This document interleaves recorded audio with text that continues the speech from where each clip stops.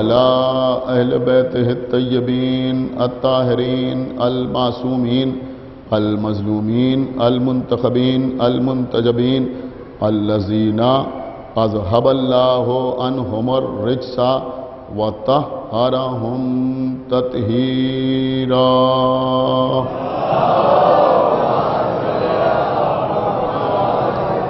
ولعنة الله على أعدائهم وقتلتهم وغاصبي حقوقهم ومنكري فضائلهم ومصائبهم أجمعين من الآن إلى يوم الدين.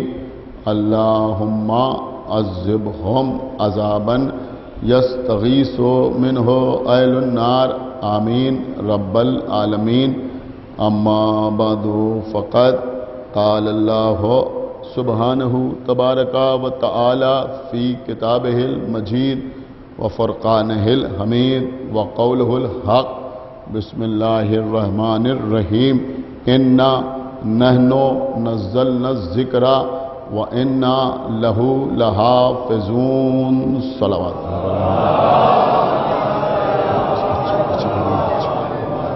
ایک صلوات اور پڑھا محمد و آل محمد. حضرات، تحفظ ذکر کے عنوان پر مسلسل آپ سے گفتگو کا سلسلہ جاری و ساری. سورہ ہجر کی جس آیت کو روزانہ تلاوت کرنے کا شرف حاصل کر رہا ہوں، اس آیت میں ارشاد اقدس الہی ہو رہا ہے کہ ہم ہی ہیں اس قرآن کے نازل کرنے والے، اور ہم ہی ہیں اس قرآن کی حفاظت کرنے والے. حفاظت قرآن بندوں کا کام نہیں ہے. حفاظت قرآن کلمہ گویوں کا کام نہیں ہے. حفاظت قرآن مسلمانوں کی ذمہ داری نہیں ہے.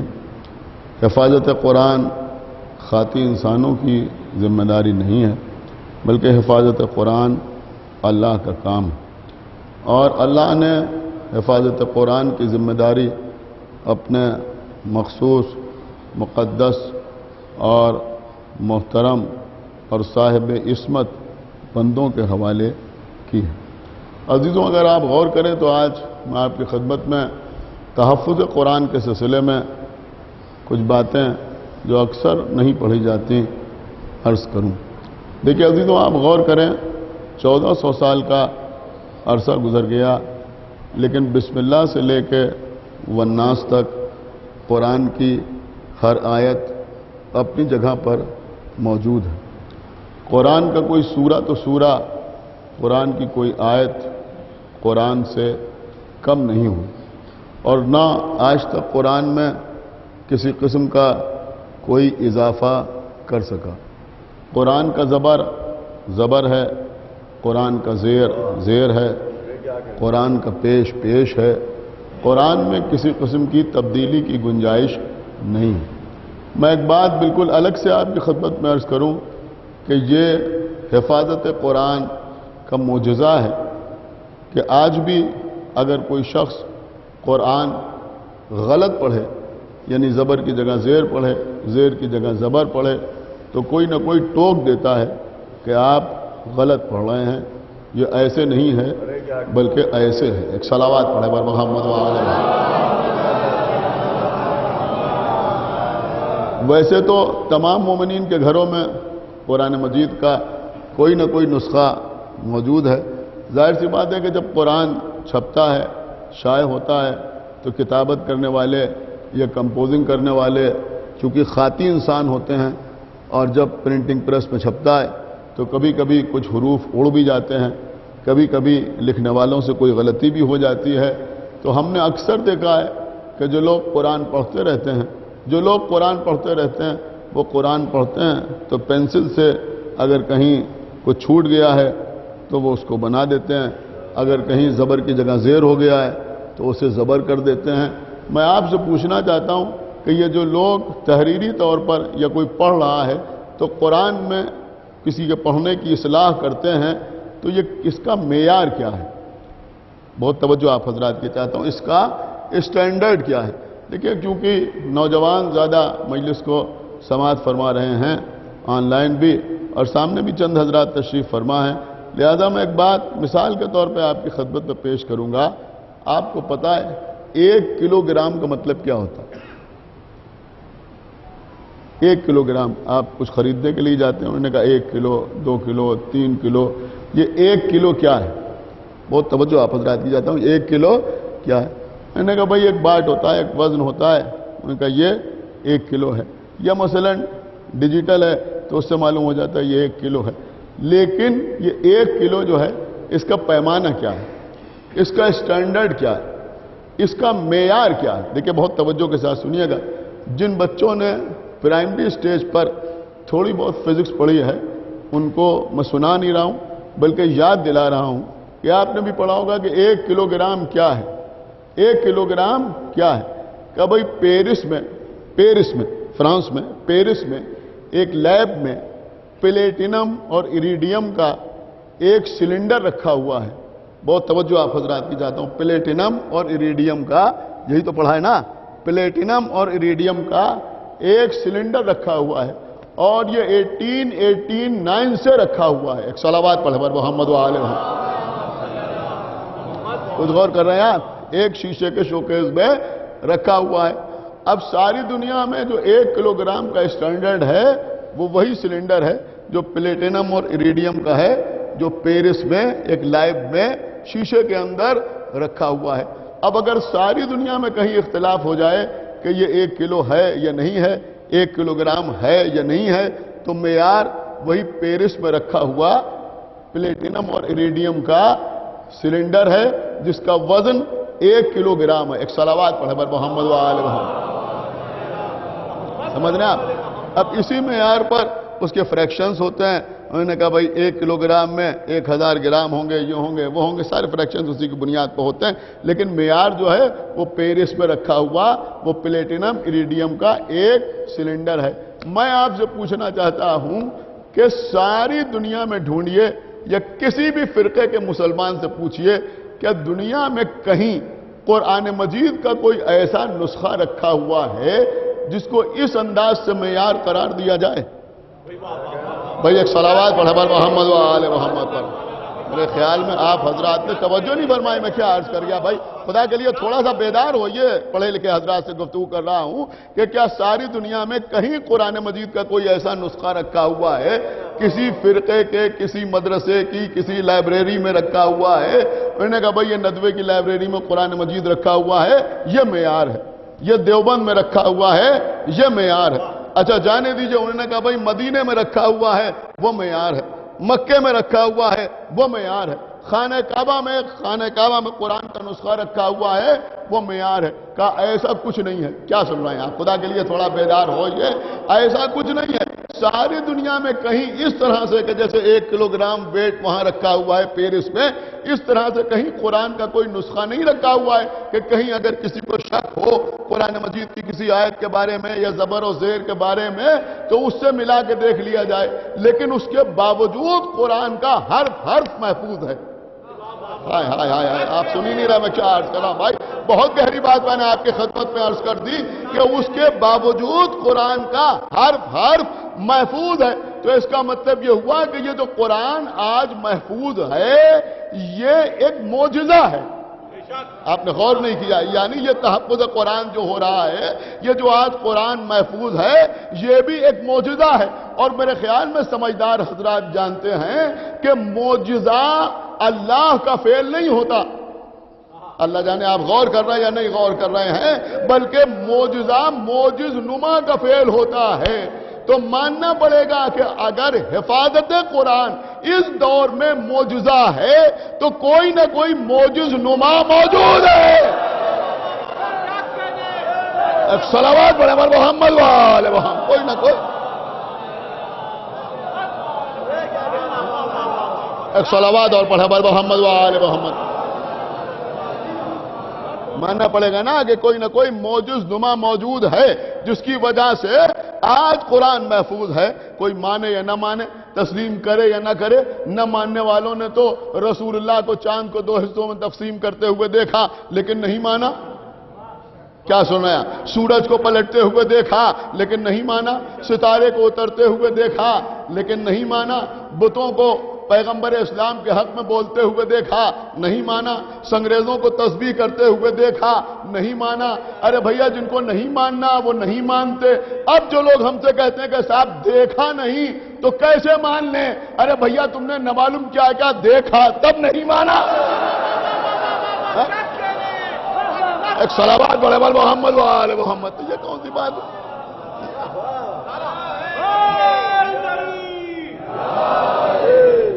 ایک صلوات اور پڑھ دے بال محمد و آل محمد۔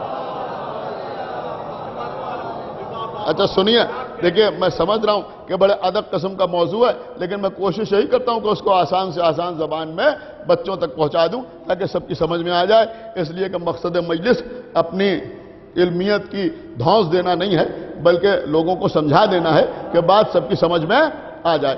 میرے جو بزرگ یہاں بیٹھے ہوئے ہیں، جو پڑھے لکھے حضرات بیٹھے ہیں، وہ معاف کریں، میں بچوں کے لیے پڑھ رہا ہوں، پوری توجہ آپ حضرات کی چاہتا ہوں۔ دیکھیں قرآن مجید کہ جہاں تمام معجزات ہیں وہاں ایک اور معجزہ ہے قرآن کا، ہو سکتا ہے کبھی اس کے اوپر آپ نے غور نہ کیا ہو۔ دیکھیں قبلہ جیسے انسان بوڑھا ہوتا ہے ایسے ہی کلام بھی بوڑھا ہوتا ہے۔ شاید یہ لفظ سب تک پہنچا نہیں۔ جیسے جس طرح سے انسان بوڑھا ہوتا ہے، جیسے جانور بوڑھا ہوتا ہے، بالکل اسی طرح سے کلام بھی بوڑھا ہوتا ہے۔ آپ کہیں گے کلام کیسے بوڑھا ہوتا ہے؟ سمجھدار حضرات اس بات کو جانتے ہیں، جدید عربی اور ہے، قدیم عربی اور ہے۔ میں نے غلط تو نہیں عرض کیا؟ جدید عربی یعنی اس دور کی عربی اور ہے، قدیم عربی اور۔ عربی جاننے والے اس بات کو سمجھتے ہیں کہ یہ جدید عربی ہے، یہ قدیم عربی ہے، یہ جدید فارسی ہے، یہ قدیم فارسی ہے، یہ اولڈ انگلش ہے، یہ نیو انگلش ہے۔ فرق ہے یا نہیں؟ انگریزی جاننے والے حضرات یہاں بیٹھے ہوئے ہوں گے، آج سے 20 سال پہلے کا مسئلہ کچھ اور تھا اور آج کا مسئلہ کچھ اور ہے۔ بہت سی چیزوں کی تو اسپیلنگ ہی بدل گئی۔ ایک صلوات پڑھے بال محمد و آل محمد۔ میں غلط نہیں عرض کر رہا ہوں، میرے خیال میں آپ میری بات کو سمجھ رہے ہیں نا؟ تو زبان بدلتی ہے، پرانی اردو اور ہے، نئی اردو اور۔ پرانی اردو اور جو ہمارے دادا اردو بولتے تھے، ہمارے پردادا اردو بولتے تھے، وہ اور تھی، اور آج کے زمانے میں جو اردو بولی جا رہی ہے وہ اور۔ مطلب یہ نہیں ہے کہ وہ غلط تھی یا یہ صحیح ہے یا یہ غلط ہے وہ صحیح ہے، لیکن بہرحال جب عہد بدلتا ہے، جب عصر بدلتا ہے، جب زمانہ بدلتا ہے تو زبان بھی بدلتی ہے، بہت سے الفاظ بدل جاتے ہیں، بہت سے جملے بدل جاتے ہیں۔ کل اس چیز کو یہ کہا جاتا تھا، آج یہ کہا جاتا ہے، کل اس کا تلفظ ایسے ہوتا تھا، آج اس کا تلفظ ایسے ہوتا ہے، کل یہ لفظ اس کے لیے استعمال ہوتا تھا، آج یہ لفظ اس کے لیے استعمال ہوتا ہے، کل یہ لفظ مستعمل تھا، آج یہ لفظ متروک ہو گیا ہے۔ تو اسی طرح سے عزیزوں کلام میں بھی قدامت پیدا ہوتی ہے، اسی طرح سے کلام میں بھی قدامت پیدا ہوتی ہے۔ بہت بڑا نام ہے مرزا غالب کا اردو ادب میں، غزل کہنے میں، لیکن مرزا غالب کی غزل اور ہے، اس زمانے میں شعرا جو غزل کہتے ہیں وہ اور، اس زمانے کی غزل اور ہے، اس زمانے کی غزل اور ہے۔ جب آپ غالب کی غزل کو غالب کی غزل سمجھ کے سنتے ہیں، ایک صلوات پڑھے پر محمد و آل محمد۔ کیا سن رہے ہیں آپ؟ جب آپ غالب کی غزل کو غالب کی غزل سمجھ کے سنتے ہیں تو آپ کو اچھی لگتی ہے، لیکن اگر مثلا حسن فراز صاحب یا نیر مجیدی صاحب اسی انداز سے غزل کہنے لگے تو آپ کو اچھی نہیں لگی۔ ایک صلوات پڑھے پر محمد و آل محمد۔ میری بات سمجھیے، میں نے غلط تو نہیں عرض کیا؟ انہوں نے کہا بھئی یہ میر تقی میر کا کلام ہے، اس زمانے کا کلام اور ہے، اس زمانے کا کلام اور، اس زمانے کا شاعر کہے گا تو اپنے اعتبار سے کہے گا، اس میں غلطی نہیں ہوتی، بلکہ مسئلہ یہ ہوتا ہے کہ جب شاعر کلام کہتا ہے تو اس میں مشاہدات کا بھی بڑا اثر ہوتا ہے۔ اس وقت کے مشاہدات محدود تھے، اس وقت کے مشاہدات جو ہیں وہ محدود نہیں ہیں، لہذا اس وقت کا کلام اور ہے، اس وقت کا کلام اور ہے۔ اس کلام کو پڑھیے تو آپ کو لگے گا کہ یہ کلام اس دور کا ہے، جدید ہے، عالم شباب میں ہے۔ وہ کلام کیا ہے کہ اس پہ قدامت ہے، لگتا ہی ہے اگر سنیے کہ اس کلام میں بڑھاپا آ گیا ہے، بزرگی آ گئی ہے، 200 سال پہلے کا کلام ہے۔ یہی مسئلہ خطابت کا ہے، یہی مسئلہ ذاکری کا بھی ہے، سمجھ رہے ہیں آپ؟ یہی مسئلہ ذاکری کا بھی ہے، یہی مسئلہ خطابت کا بھی ہے۔ اسی وجہ سے میں بڑی احتیاط سے کام لیتا ہوں، اگر کسی بزرگ ذاکر کا نقطہ پڑھتا ہوں تو نام اسی لیے لے لیتا ہوں، ایک صلوات پڑھے پر محمد و آل محمد پر۔ آپ میری بات سمجھے؟ اس لیے کہ اکثر لوگوں سے یہی غلطی ہو جاتی ہے کہ اگر کسی بہت بزرگ ذاکر کا نقطہ اس دور میں ہم پڑھ رہے ہیں تو سمجھنے والا سمجھ جاتا ہے کہ بھئی یہ اس دور کا نقطہ نہیں ہے، ایک صلوات پڑھے پر محمد وآل محمد. سمجھ میں آیا کہ یہ اس دور کا کلام نہیں ہے. اس کا مطلب یہ ہوا کلام پر بھی قدامت طاری ہوتی ہے. پرانا پن جو ہے وہ کلام پر طاری ہوتا ہے. یہ 100 سال پہلے کا کلام ہے, یہ 200 سال پہلے کا کلام ہے, یہ 300 سال پہلے کا کلام ہے, یہ 400 سال پہلے کی عبارت ہے. لیکن قرآن کا معجزہ یہ ہے. کیا سن رہے ہیں آپ؟ خدا کے لیے بیدار ہو. یہ قرآن کا معجزہ یہ ہے کہ 1400 برس پہلے قرآن پیغمبر پر نازل ہوا تھا, لیکن آج بھی اس کلام میں شباب موجود ہے. ہائے ہائے ہائے, کیا سنا آپ نے بھائی؟ ایک صلوات پڑھے پر محمد وآل محمد. سن رہے ہیں آپ یا نہیں سن رہے ہیں؟ میرے خیال میں آپ محسوس نہیں کر رہے ہیں کہ آج تک قرآن پر شباب موجود ہے, آج تک قرآن پہ جوانی موجود ہے, آج تک قرآن پہ جوانی موجود ہے. خدا جانے آپ کہیں پہنچے یا نہیں پہنچے کہ آج تک قرآن پہ جوانی موجود ہے. 1400 سال ہو گئے لیکن قرآن آج بھی جوان ہے. اب ہمیں انصاف سے بتاؤ کہ جب معجزہ آج تک جوان ہے تو جو صاحب معجزہ ہے, اللہ اکبر,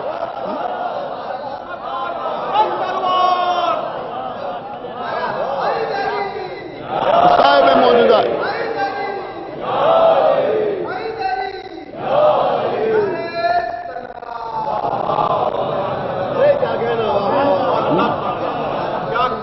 ایک صلوات اور پڑھ دے بر محمد وآل محمد پر.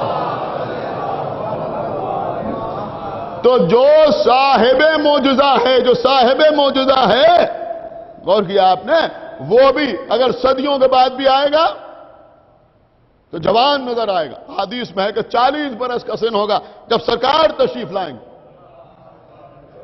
امام جعفر صادق علیہ السلام ارشاد فرماتے ہیں کہ جب ہمارا قائم آئے گا تو 40 سال کا ہوگا. لیکن یہاں پر امام حسن علیہ السلام کا ایک جملہ میں آپ کی خدمت پہ پیش کرتا ہوں اور دیکھتا ہوں کہ آپ امام کے کلام کو کس طرح سنتے ہیں اور کیسے رسپانس دیتے ہیں. انشاءاللہ آپ محسوس کریں گے اس سے بہتر جملہ اس سلسلے میں ہو نہیں سکتا, اس لیے کہ امام کا جملہ ہے. سرکار سبط اکبر امام حسن علیہ السلام نے فرمایا کہ ہمارا قائم, سنیے, فرمایا کہ ہمارا قائم جب صدیوں کے بعد آئے گا تو عالم شباب میں اس لیے ہوگا کہ دنیا کو معلوم ہو جائے کہ اللہ ہر شے پر قدرت رکھنے والا. اللہ اکبر.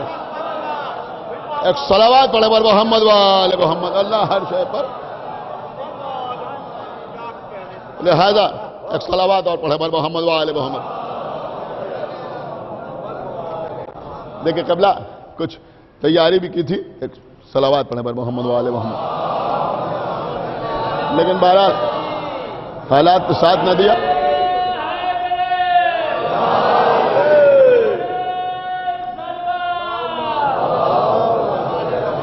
انشاءاللہ اس موضوع پر آئندہ سال کچھ باتیں آپ کی خدمت میں عرض کروں گا. یہ ہمارے امام کی غیبت تو کہتے تھے اب غیبت کیا ہے ہماری سمجھ میں نہیں آتی. تمہاری سمجھ میں غیبت نہیں آتی, غیبت تمہاری سمجھ میں نہیں آتی. آپ نے غیبت کے سلسلے میں 1000 دلیلیں سنی ہوں گی, لیکن ایک دلیل سنیے, اور میں یقین کے ساتھ کہہ رہا ہوں کہ یہاں جتنے حضرات مجلس سن رہے ہیں ان میں اکثر حضرات نے شاید یہ دلیل نہ سنی, اور دلیل بھی میری بیان کی ہوئی نہیں بلکہ شیخ صدوق علیہ رحمہ اپنی کتاب کمال الدین میں تحریر کرتے ہیں کہ چھٹے امام جعفر صادق علیہ السلام نے فرمایا. سنیے قبلہ, دیکھیں غیبت کا آغاز کہاں سے ہو رہا ہے.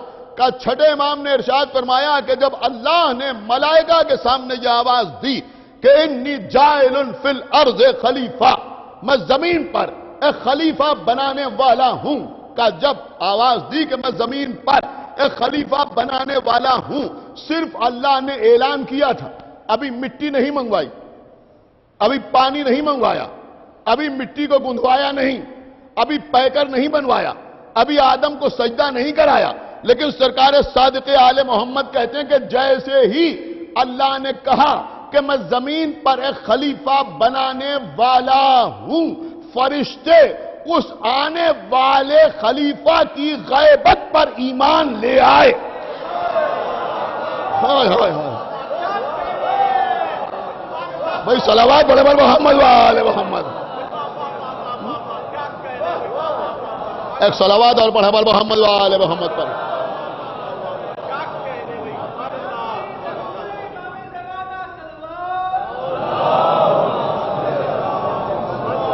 دیکھیں آپ میری طرح متوجہ رہیں کہ فرشتے اس آنے والے خلیفہ کی غیبت پر ایمان لے آئے. دیکھیں بات یہیں پر تمام نہیں ہوئی. خالی تولا نہیں ہے. سن رہے ہیں آپ؟ خالی تولا نہیں ہے. اس لیے کہ خالی تولا ہو تو بات ہی کہاں مکمل ہوتی ہے. چھٹے امام نے فرمایا کہ فرشتے، اب دیکھتا ہوں کون خاموش رہتا ہے، کہ فرشتے اس آنے والے خلیفہ کی غیبت پر ایمان لے آئے، لیکن جب شیطان نے سنا تو اس نے اپنے دل میں ایمان کی جگہ نفاق کو جگہ دی. سنا آپ نے یا نہیں سنا؟ ایمان کی جگہ نفاق کو جگہ دی، لیکن اس کا یہ نفاق چھپا رہا. اس کا یہ نفاق چھپا رہا تو اللہ چاہتا تھا کہ اس کا نفاق بھی ظاہر ہو، لہذا آدم کو سجدہ کرنے کا حکم دیا. اور جب آدم کو سجدہ کرنے کا حکم دیا تو ابلیس کا نفاق کفر کی شکل میں ظاہر ہو گیا. صلوات بر محمد وآل محمد.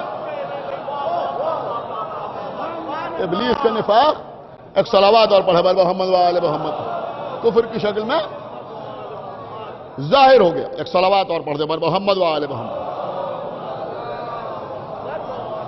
بس قبلہ بہت دیر زحمت نہیں دینا ہے، لیکن میں نے بڑی اہم باتیں آپ حضرات کی خدمت میں پیش کر دی.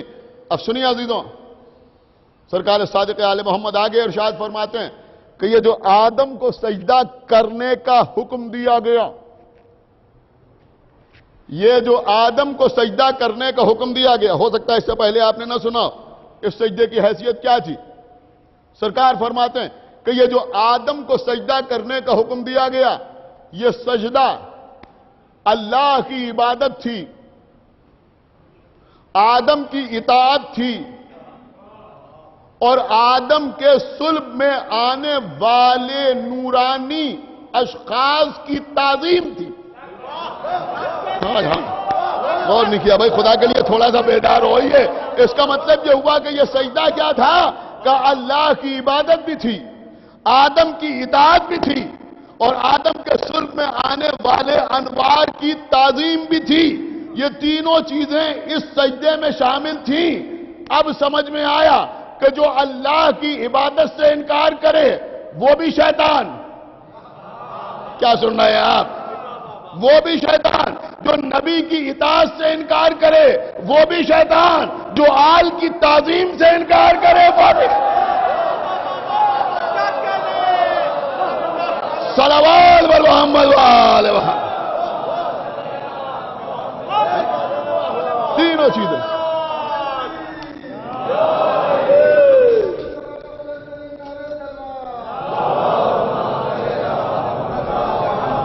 دیکھیں قبلہ اب تو نہ معلوم کیسے کیسے لوگ سامنے آ رہے ہیں. ایک جملہ بڑا باریک صاحب کی خدمت میں عرض کر رہا ہوں کہ اپنے ذاتی مفاد کے لیے کہیں بھی جھک جانے والوں کی سمجھ میں آل محمد کے در پر سجدہ نہیں آ رہا ہے. ایک صلوات پڑھے بر محمد وآل محمد پر. ایک صلوات اور پڑھے بر محمد وآل محمد. آل محمد کے در پر سجدہ سمجھ میں نہیں آتا. میں کہا صاحب یہ سجدہ کیا ہے؟ سنو، اگر میثم زادی اپنی طرف سے کہے تو مانو یا نہ مانو، لیکن ہمارے 10ویں امام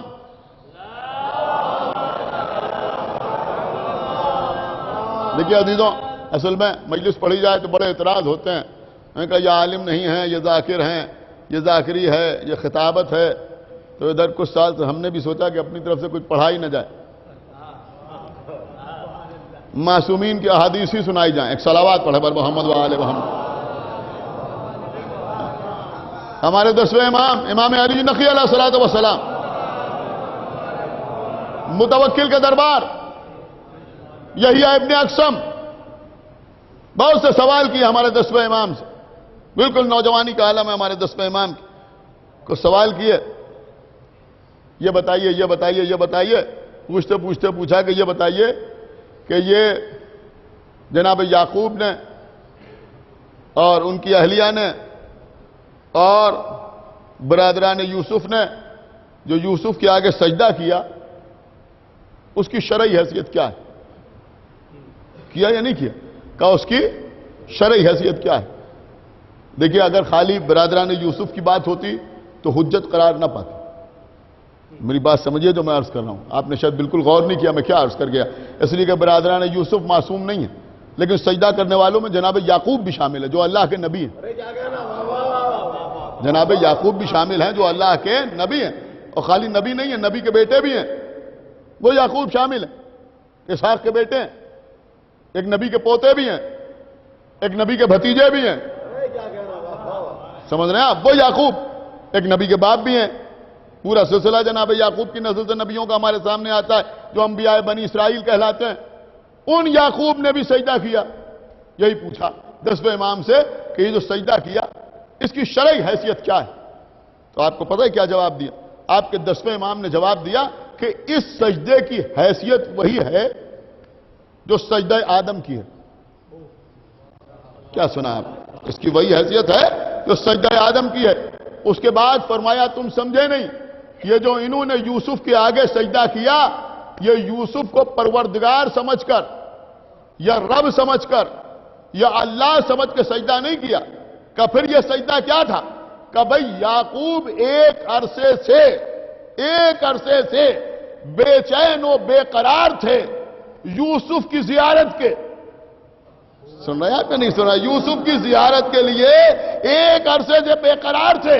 اب جیسے ہی یوسف کو دیکھا ویسے ہی جناب یعقوب شکر الہی کے لیے سجدہ۔ سنا آپ نے یا نہیں سنا بھائی؟ ایک صلوات پڑھے بول محمد وآل محمد، شکر الہی کے لیے۔ اللہ اکبر، ایک صلوات اور پڑھے بول محمد وآل محمد پر۔ دیکھیے عزیزوں، یہ امام کا جواب میں آپ کی خدمت میں عرض کر رہا ہوں، نہ آگے بڑھنے کی ضرورت ہے نہ پیچھے ہٹنے کی ضرورت ہے۔ امام کا قول ہے یہی صراط مستقیم ہے کہ یہ شکر الہی کا سجدہ تھا۔ اب سمجھ میں آیا یعقوب جیسا نبی دل میں تمنا تھی کہ ہم یوسف کی زیارت کریں، جیسے ہی وہ تمنا پوری ہوئی جناب یعقوب یوسفی کے سامنے شکر الہی کے طور پر سجدے میں گر پڑے۔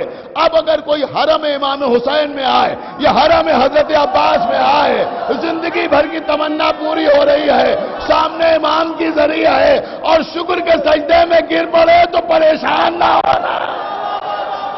صلوات بر محمد وآل محمد۔ پریشان ہونے کی ضرورت ہے۔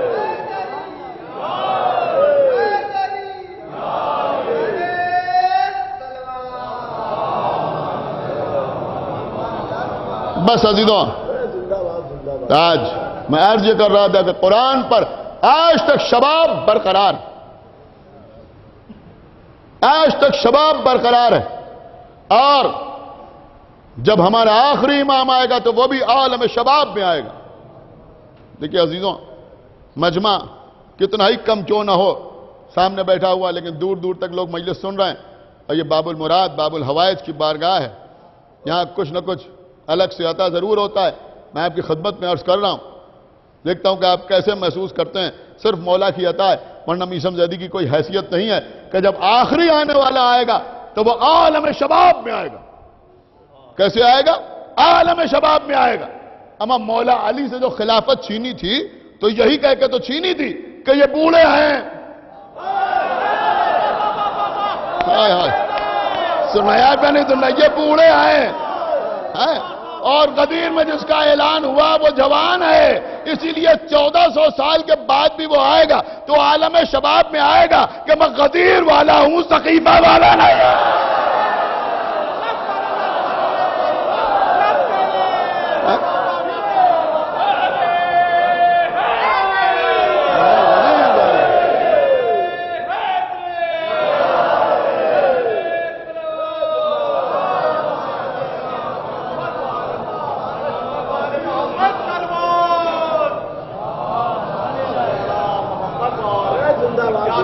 ایک صلوات اور پڑھتے بر محمد وآل محمد۔ بس قبلہ میں نے مجلس کو تمام کیا، وہ عالم شباب میں آئے گا۔ یہ اتنی دیر سے جو تکرار ہو رہی ہے یہ بھی آپ کو متوجہ کرنے کی خاطر، اس لیے کہ آج ایک نوجوان کا ماتم،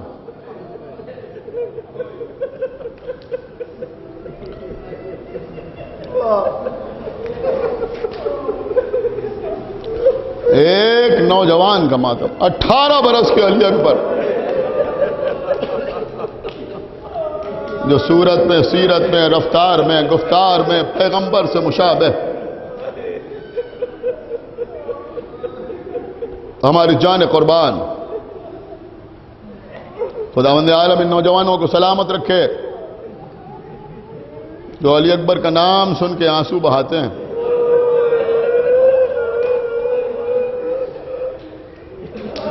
گھر بھر کی چہیتی شخصیت کا نام علی اکبر، بلائیں لینے والی پھوپھی زینب بھی موجود، قربان ہونے والی ام کلثوم بھی موجود، بڑے بھائی سے لپٹ جانے والی سکینہ بھی موجود، اپنی جان سے زیادہ محبت کرنے والے چچا عباس بھی موجود، وہ بابا بھی کربلا میں موجود جو یہ کہتا ہے کہ جب میرا دل چاہتا تھا کہ میں نانا کی زیارت کروں تو میں علی اکبر کا چہرہ دیکھ لیا کرتا تھا۔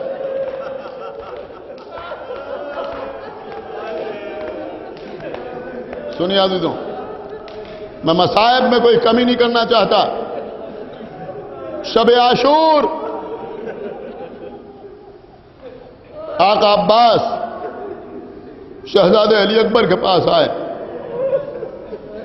بیٹا علی اکبر ذرا میرے ساتھ چلو۔ علی اکبر ساتھ ساتھ چلے، ایک ایسے خیمے میں آئے جہاں کوئی موجود نہ تھا۔ خیمے میں داخل ہوئے، سامنے ایک کرسی رکھی تھی، چچا نے بھتیجے کے بازوؤں کو پکڑا، کہا میرے لال اس کرسی پر بیٹھ جاؤ۔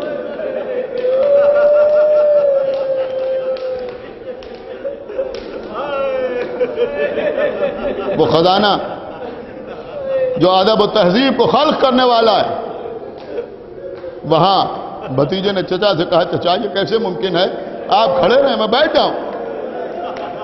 کہا میرا لال میں چچا ہوں نا، کہا ہاں، کہا میرا حکم ہے بیٹھ جاؤ۔ جب یہ کہا تو علی اکبر کرسی پر بیٹھے۔ آپ سنیں گے جیسے ہی علی اکبر کرسی پر بیٹھے حضرت عباس فوراً سامنے دو زانو ہو کے بیٹھ گئے، جیسے آپ تشہد کے عالم میں بیٹھتے ہیں ویسے بیٹھ گئے۔ دونوں ہاتھ علی اکبر کے گھٹنوں پر رکھ دیے، سر اٹھایا، علی اکبر کا چہرہ دیکھ رہے ہیں۔ کچھ دیر چہرہ دیکھتے رہے، دیکھتے رہے، دیکھتے رہے، دیکھتے رہے، علی اکبر کا چہرہ دیکھتے رہے حضرت عباس۔ شہزادے علی اکبر نے کہا چچا عباس لیکن کوئی سخت قسم کی روایت نہیں پڑھ رہا ہوں، لیکن آپ محسوس کیجئے گا تو جب یاد کیجئے گا تب روئیے گا۔ کہا چچا کیا کچھ کہنا چاہتے ہیں؟ کہا میرے لال کہنا کچھ نہیں، اے میرے لال یہ آخری رات ہے، جی چاہتا ہے جی بھر کے تمہارا چہرہ دیکھ لوں۔ اللہ اکبر۔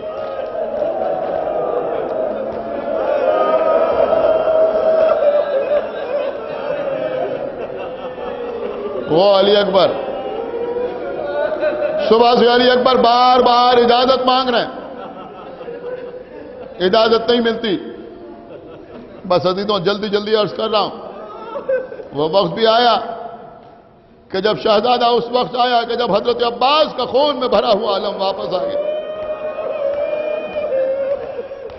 بابا اب مجھے بھی میدان میں جانے کی اجازت دے دیجئے۔ حسین اپنی جگہ سے کھڑے ہو گئے، اے بیٹا کیا کہا؟ ایک بار پھر کہو بیٹا تم نے کیا کہا؟ کہا بابا میدان میں جانے کی اجازت دے دیجئے۔ اے میرے لال مجھ سے زیادہ تم پر تمہاری ماں کا حق ہے، تمہاری پھوپھی کا حق ہے، پہلے ان سے اجازت لے لو۔ حضرت عباس خیمے میں آئے، کسی طرح سے پھوپھی سے اجازت لی، ماں سے اجازت لی۔ حمید ابن مسلم کہتا ہے کہ کوئی بھی شہید خیمے سے باہر نکلتا تھا تو ایک بار پردہ اٹھتا تھا، شہید خیمے سے باہر آ جاتا تھا، لیکن علی اکبر بار بار خیمے کا پردہ اٹھتا تھا، بار بار گر جاتا تھا۔ 10 مرتبہ خیمے کا پردہ اٹھا اور 10 مرتبہ گرا۔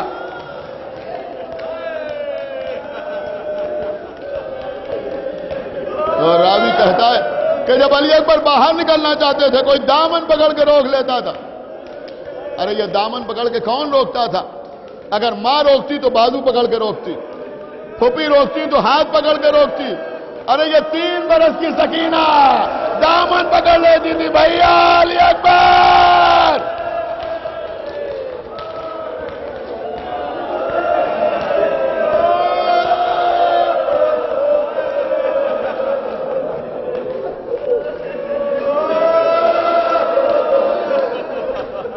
بہرحال کسی طرح سے علی اکبر باہر آئے، گھوڑے پر سوار ہوئے۔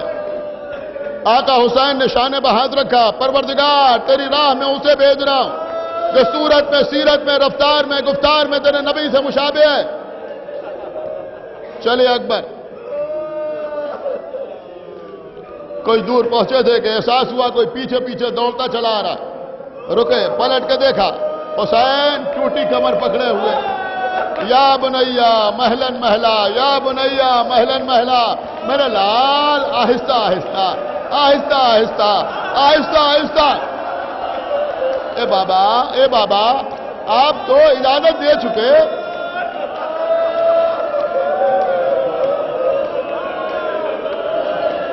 اے بابا آپ تو اجازت دے چکے، اب پیچھے پیچھے کیوں آ رہے ہیں؟ کہا بیٹا علی اکبر کاش تم صاحب اولاد ہوتے تو یہ سوال نہ کرتے۔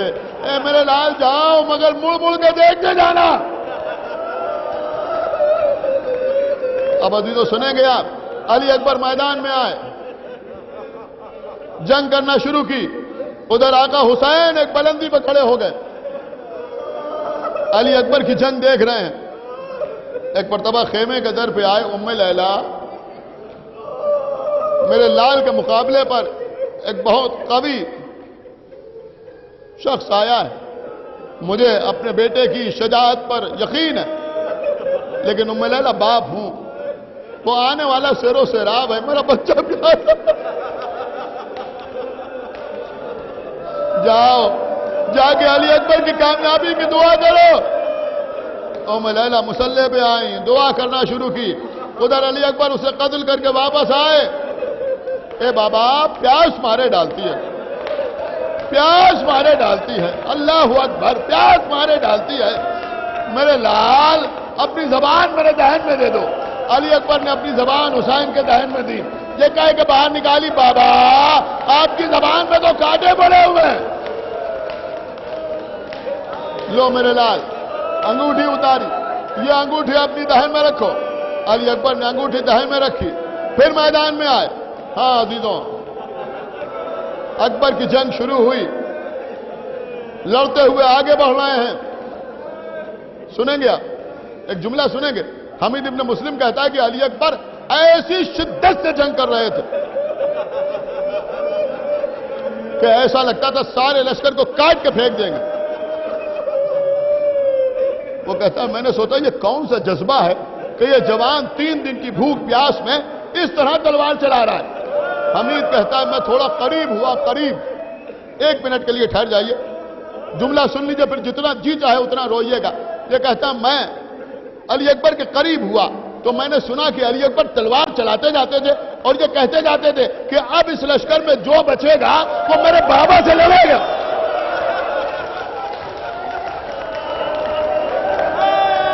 اس جذبے کے تحت آگے بڑھ رہے ہیں۔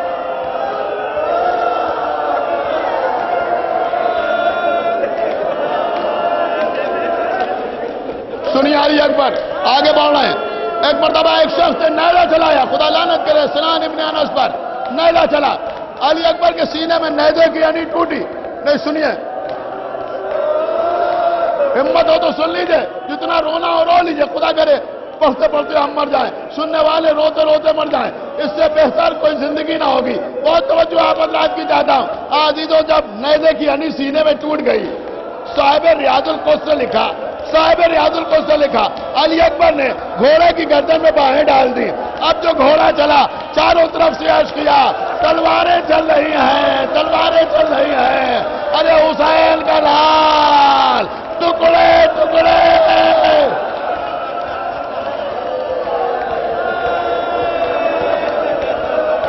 وہ وقت بھی آیا کہ علی اکبر گھوڑے سے زمین کی طرف آئے۔ اے بابا، آپ پر میرا آخری سلام۔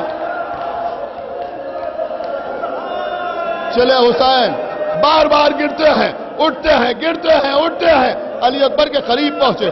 میرے لال، میرے لال، زخم کہاں لگائے، زخم کہاں لگائے؟ کہا بابا نیزے کی ہنی سینے میں ٹوٹ گئی، نیزے کی ہنی سینے میں ٹوٹ گئی۔ چاہتے ہیں حسین کہ نیزے کی ہنی نکالیں۔ ایک مرتبہ علی اکبر نے روکا، بابا رک جائیے، اے بابا اب کوئی اور موجود بھی نہیں ہے، اے بابا اب تو کوئی اور موجود بھی نہیں ہے، اے بابا نہ معلوم کتنی بار زمین پر گر کے آ رہے ہیں، اے بابا رک جائیے، پہلے میں اپنے ہاتھوں سے آپ کے چہرے کی گرد صاف کر۔ علی اکبر، اتنا خیال حسین ابن علی کا۔ امام حسین نے ایک ہاتھ علی اکبر کے سینے پر رکھا، نجف کا رخ کیا۔ اے بابا مدد کیجئے، میں اپنے لال کے سینے سے برچھی کی ہنی نکال رہا ہوں۔ عزیزوں، نیزے کی ہنی باہر نکلی، علی اکبر نے دم توڑ دیا۔ اب حسین لاشا کیسے اٹھائیں؟ عزیزوں، لاشا کیسے اٹھائیں؟ کسی طرح سے لاشا اٹھایا، 2 قدم چلے، لاشا نہ اٹھ سکا، پھر زمین پر رکھا، پھر اٹھایا، پھر زمین پر رکھا، پھر اٹھایا، پھر زمین پر رکھا۔